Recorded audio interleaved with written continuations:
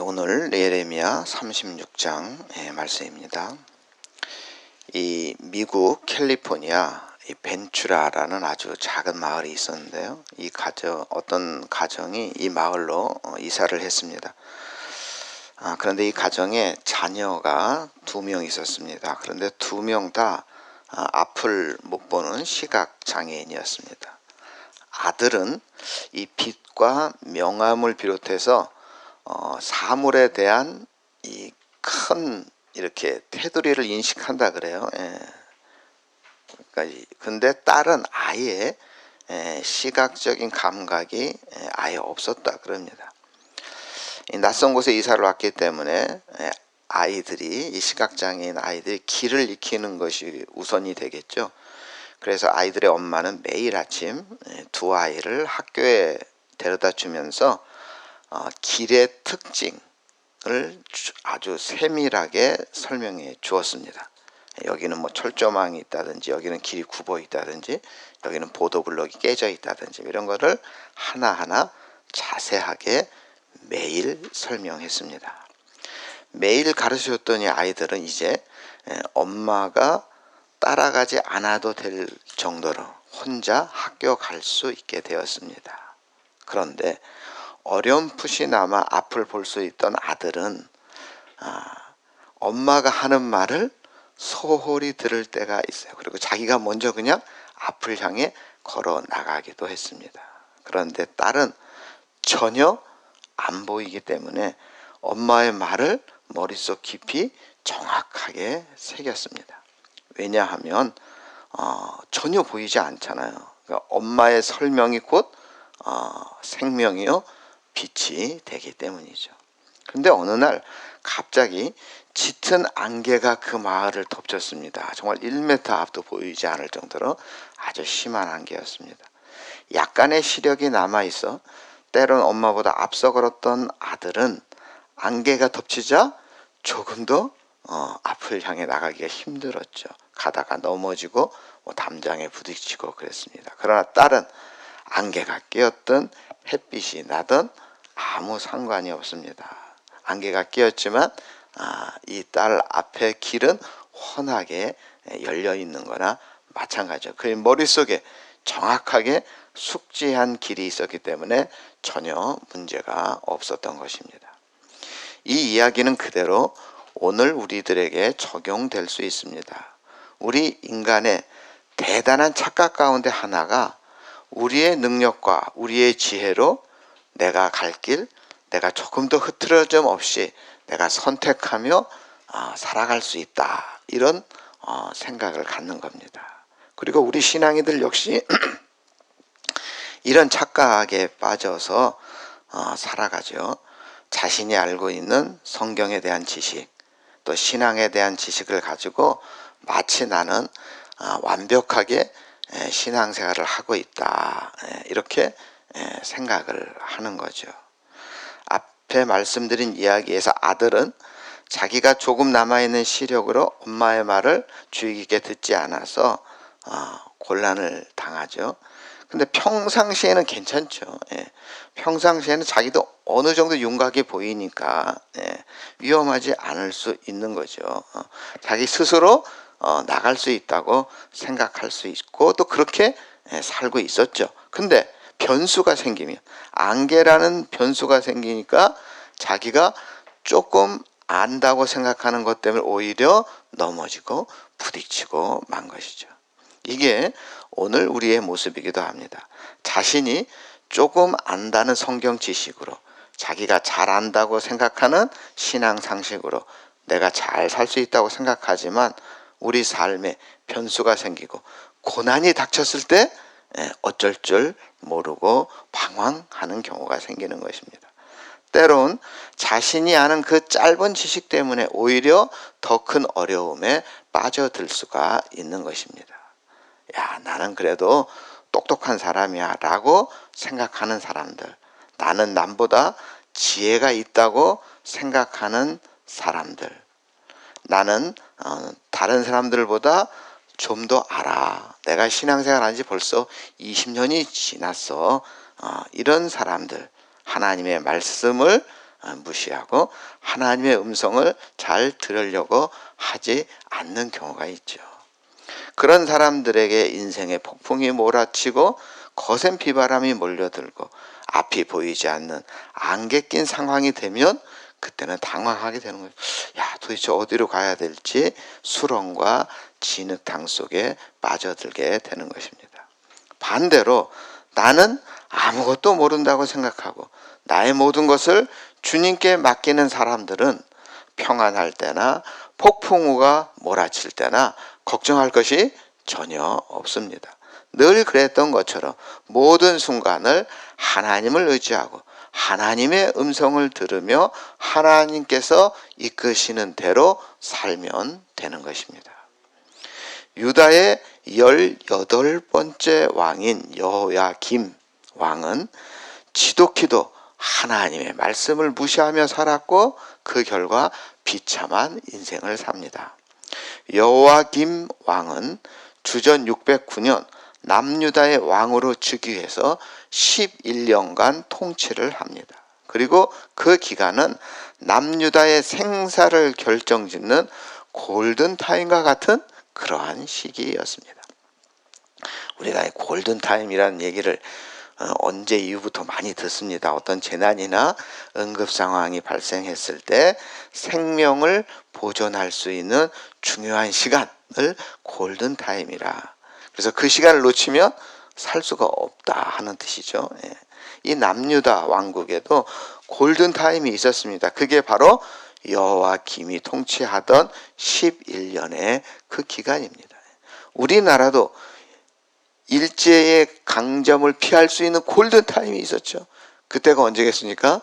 이 고종이 이 나라를 통치하던 그 기간이었을 것입니다. 마찬가지로 이 여호야김이 이 통치하던 시대. 그런데 이 여호야김의 아버지가 요시야 왕입니다. 남유다를 통치하던 왕들 중에서 몇 되지 않은 하나님께 칭찬받는 왕이 요시야 왕입니다. 아버지는 칭찬받는 왕입니다. 하나님께서 요시야 왕을 이렇게 평가하셨어요. 요시야가 여호와 보시기에 정직히 행하여 그의 조상 다윗의 모든 길로 행하고 좌우로 치우치지 아니하였더라. 이렇게 칭찬을 받았습니다. 그렇게 요시야 왕이 나라를 안정시키고 잘 통치했는데 안타깝게도 요시야 왕이 무기또 전투에서 사망합니다. 전사를 해요.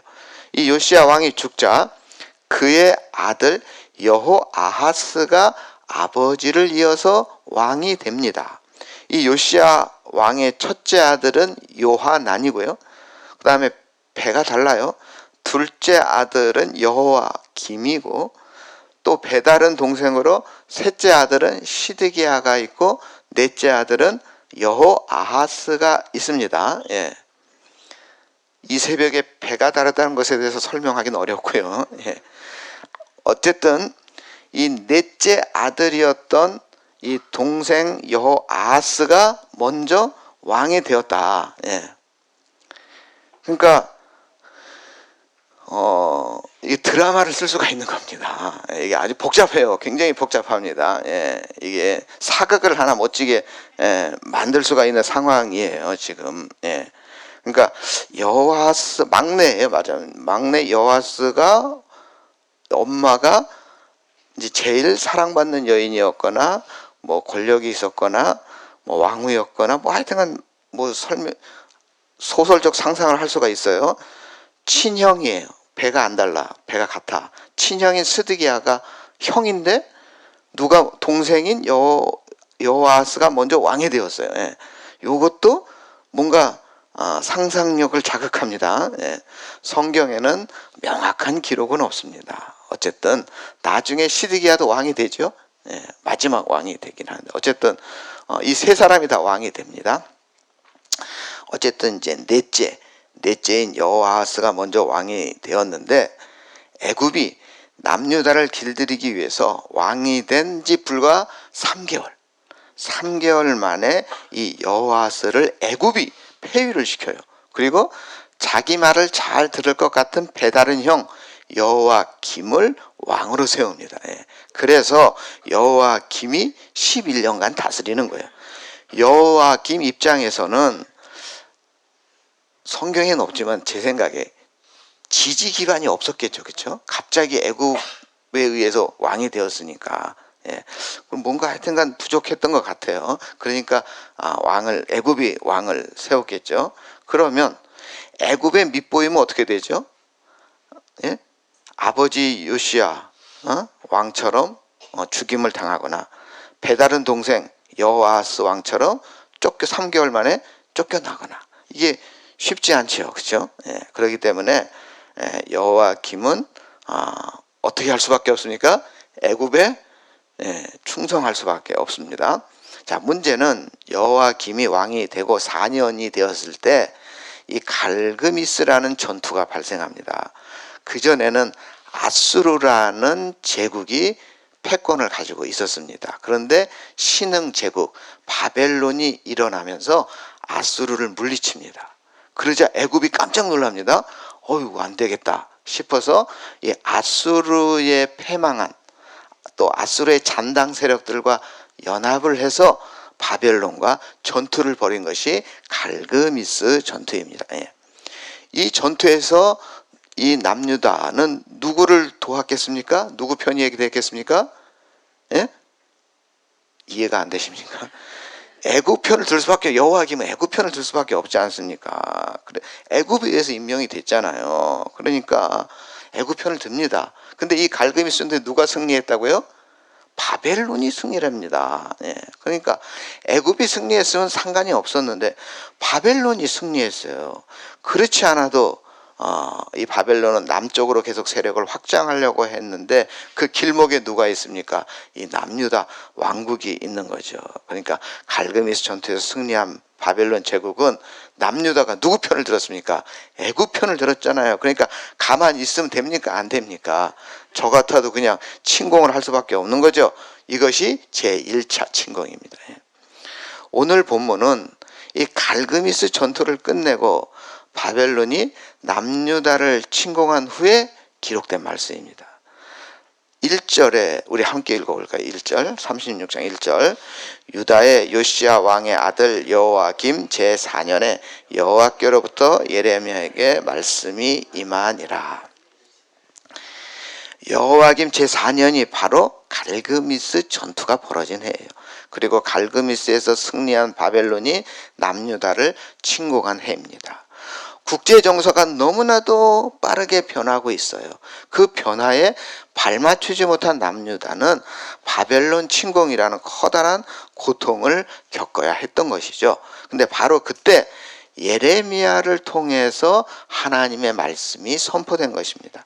하나님의 말씀은요, 단순합니다. 사람을 의지하지 말라. 아무리 시대가 급변하고 국제 정세가 빠르게 돌아갈지라 할지라도 누구만 의지해라? 하나님만 의지하라. 그러면 하나님께서 너희를 지켜주시리라. 이 말씀이에요. 너희가 만일 애굽이나 바벨론 중 하나를 선택해야 된다면 누구를 선택하라? 바벨론을 선택하라. 이렇게 말씀하셨어요. 왜? 하나님께서 심판의 도구로 선택한 것이 누구라고요? 바벨론이었기 때문이죠. 바벨론을 들어 하나님을 떠나고 하나님의 말씀을 순종하지 않는 남유다를 멸망시키겠다고 이미 말씀하셨잖아요.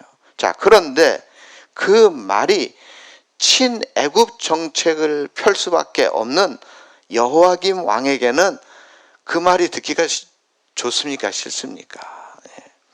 여호와김뿐만 아니라 유다의 많은 백성들이 예레미야를 통해 주신 하나님의 말씀을 무시했습니다. 그래서 하나님께서 당신이 하신 말씀을 글자로 기록하라. 이렇게 지금 말씀하셨어요. 우리 2절 우리 함께 읽겠습니다. 너는 두루마리 책을 가져다가 내가 내게 말하던 날 곧 요시야의 날부터 오늘까지 이스라엘과 유다와 모든 나라에 대하여 내가 내게 일러준 모든 말을 기록하라. 하나님께서 이미 선포된 말씀을 모두 기록하라. 그 이유가 무엇일까요? 하나님께서 하신 말씀은 반드시 이루어진다 하는 것을 보여주기 위해서입니다. 또 말이라는 것은 어떻습니까? 시간이 지나면 잊혀지기도 하고 또 왜곡되지 않아요. 그렇죠?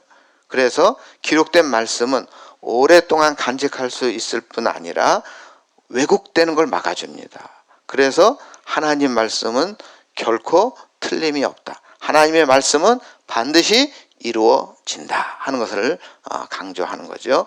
그런데 이스라엘 백성들 예레미야의 말로만 했다면 어떤 일이 벌어졌겠습니까?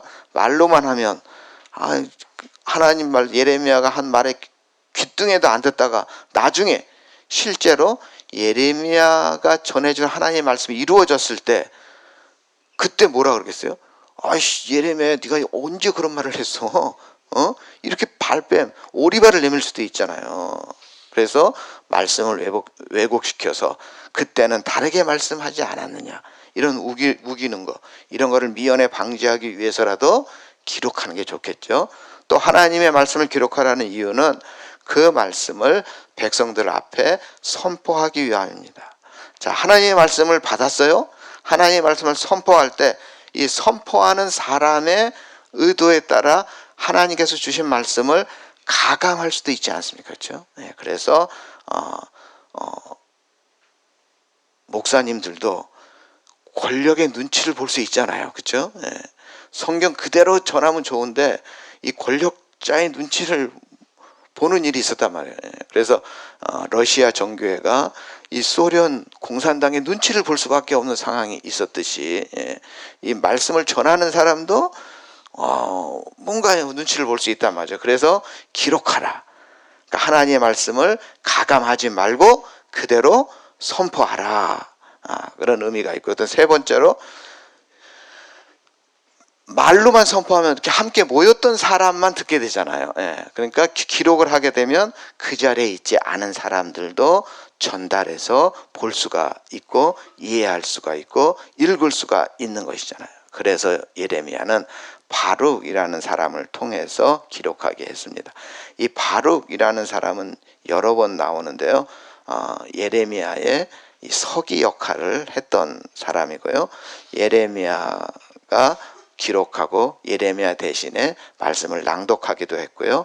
또 예레미야가 얼마나 신뢰했던지 밭을 사기도 하지 않습니까? 예레미야가 그때 그 밭을 맡긴 사람이 바로 이 사람이죠. 이렇게 바룩을 통해서 이 두루마리에 기록된 말씀이 누구의 귀까지 들어갔느냐? 왕인 여호야김의 귀까지 들어갑니다. 자, 두루마리에 기록된 말씀 이 여호야김 왕이 그 두루마리 가져와라. 그리고는 신하들에게 읽게 하죠. 그래서 예후디라는 신하가 두루마리를 가져다가 왕 앞에서 읽어요.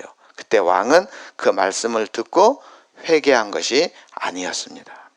여호야김 아버지 요시야 왕은 성전을 수리하다가 모세의 율법책을 발견해요. 그러자 그 말씀을 읽고 자기 옷을 찢으며 회개했던 사람이 여호야김의 아버지 요시야 왕입니다.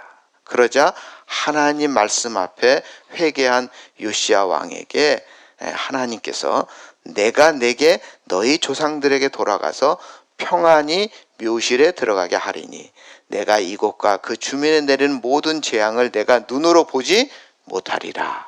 이렇게 하나님 말씀을 듣고 회개한 요시야에게 재앙을 내리지 않겠다. 너한테만은 네가 통치할 때만은 재앙을 내리지 않겠다. 이렇게 말씀해 주셔서 재앙을 피할 수가 있었습니다.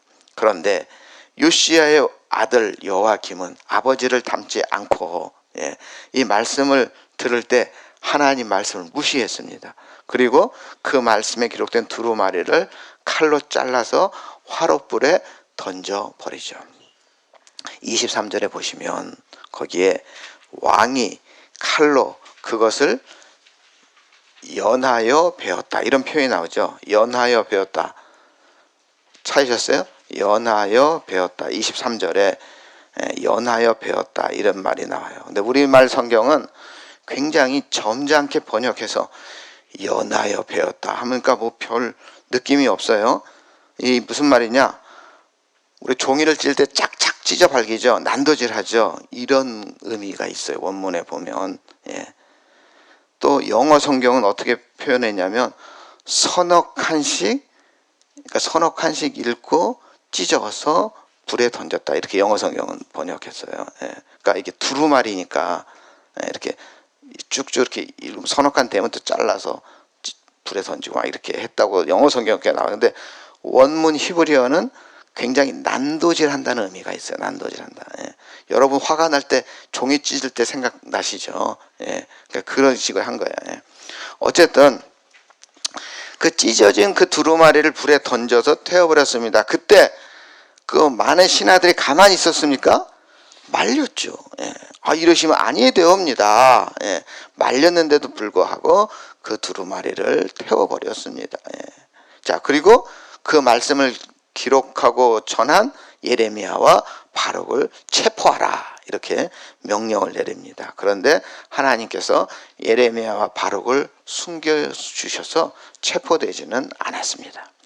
이처럼 이 여호야김은 하나님의 말씀을 무시했습니다. 무시한 정도가 아니라 하나님의 말씀을 그냥 막 찢어 발겨버렸어요. 경멸했습니다. 그래서 하나님의 말씀이 기록된 그 두루마리를 그냥 화롯불에 던져 태워버렸죠. 하지만 난도질을 당하여 화롯불에 태워진 것은 두루마리일 뿐 하나님의 말씀은 사라지지 않습니다. 여호야김 왕이 두루마리를 태웠다고 해서 하나님의 말씀이 사라지거나 하나님의 말씀의 능력이 없어지는 것은 아닙니다. 여호야김 왕이 두루마리를 불태웠지만 하나님께서는 다시 기록하게 하십니다. 여호야김이 하나님의 말씀인 두루마리를 불태웠다고 그들에게 내리기로 하신 하나님의 재앙이 사라지는 것은 절대 아닙니다. 살아계신 하나님, 그들에게 내리라는, 반드시 내리라는 그 재앙 내리게 되어 있습니다. 그래서 남유다는 결국 주전 586년 바벨론의 세 번째 침공으로 인해서 완전히 멸망하게 됩니다. 남유다가 멸망한 이유는 분명합니다. 그들이 그들에게 선포된 하나님의 말씀을 듣지 않았기 때문입니다. 하나님께서는 오늘도 우리에게 말씀하십니다. 때로는 성경 말씀이 깨달아짐을 통해서 말씀하시고, 때로는 설교를 통해서 말씀하시고, 때로는 우리의 양심을 통해서도 말씀하십니다. 하나님께서 우리에게 말씀하신 그때가 우리에게는 골든타임입니다. 그때를 놓치면 멸망으로 치닫는 결정적인 순간에 접하게 되는 것입니다. 그러기에 우리는 하나님 말씀에 결코 귀를 닫아서는 안 됩니다. 말씀이 선포될 때 그 말씀을 주의 깊게 들어야 합니다. 아모스 8장에 이런 말씀이 나와요. 주 여호와의 말씀이니라. 날이 이를지라 내가 기근을 땅에 보내리니 양식이 없어 주림이 아니요 물이 없어 가람이 아니요 여호와의 말씀을 듣지 못한 기갈이니라. 마지막 때의 기갈은 경제적인 기갈이 아닙니다. 전염병으로 인한 멸망도 아닙니다. 말씀을 듣지 못한 기갈 때문에 멸망하게 되는 것입니다. 말씀이 없어서 말씀을 듣지 못한 것이 아닙니다. 말씀을 들으려 하지 않기 때문에 말씀이 들려지지 않은 것입니다. 내가 말씀의 귀를 닫는다고 해서 말씀의 능력이 사라지는 거 아닙니다. 아무리 내가 갈기갈기 불태워 버린다고 하더라도 하나님의 말씀은 오늘도 살아서 역사하는 것입니다. 우리의 귀를 열고 말씀을 듣고 그 말씀에 순종하며 살아갈 때 그 하나님의 말씀의 능력이 나타나는 것입니다. 이 말씀의 능력에 힘입어야 하는 것이 우리가 살아가야 할 유일한 방법입니다. 말씀이 말씀으로 들려지는 놀라운 은총이 우리 성도님들에게 임하기를 주님의 이름으로 축원합니다. 사랑의 하나님, 우리가 인생의 안개 속을 걸어갈 때 나의 얕은 지식과 경험을 의지하는 것이 아니라 하나님의 입에서 나오는 말씀을 우리 삶의 유일한 빛과 길로 삼게 하여 주시옵소서.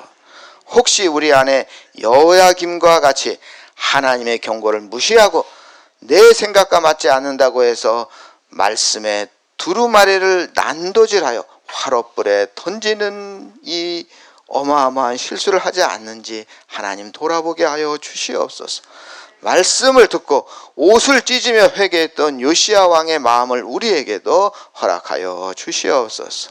하나님, 이 시간이 은혜의 때요 돌이킬 수 없는 골든타임임을 기억하게 하시고 미루지 않고 즉시 회개하여 주의 뜻을 따라 살아가게 하여 주시옵소서. 귀한 예물을 드린 손길을 기억하여 주시옵소서. 이 예물을 기쁨으로 받아주시고 세상의 소리보다 주님의 음성에 더 귀 기울이는 어떤 상황 속에서도 말씀을 의지하며 흔들리지 않는 삶을 살게 하여 주시옵소서. 불태워버린다 하여도 사라지지 않는 하나님의 말씀이 우리의 심령과 가정과 교회 위에 살아서 역사하게 하여 주시옵소서. 오늘 들은 말씀이 머리에만 머무르지 않고 우리의 가슴과 우리의 삶 속에서 순종으로 열매 맺게 하시며 말씀의 능력으로 살아가는 참된 주님의 백성들이 다 되게 하여 주시옵소서. 우리를 구원하신 예수님의 이름으로 기도드립니다. 아멘.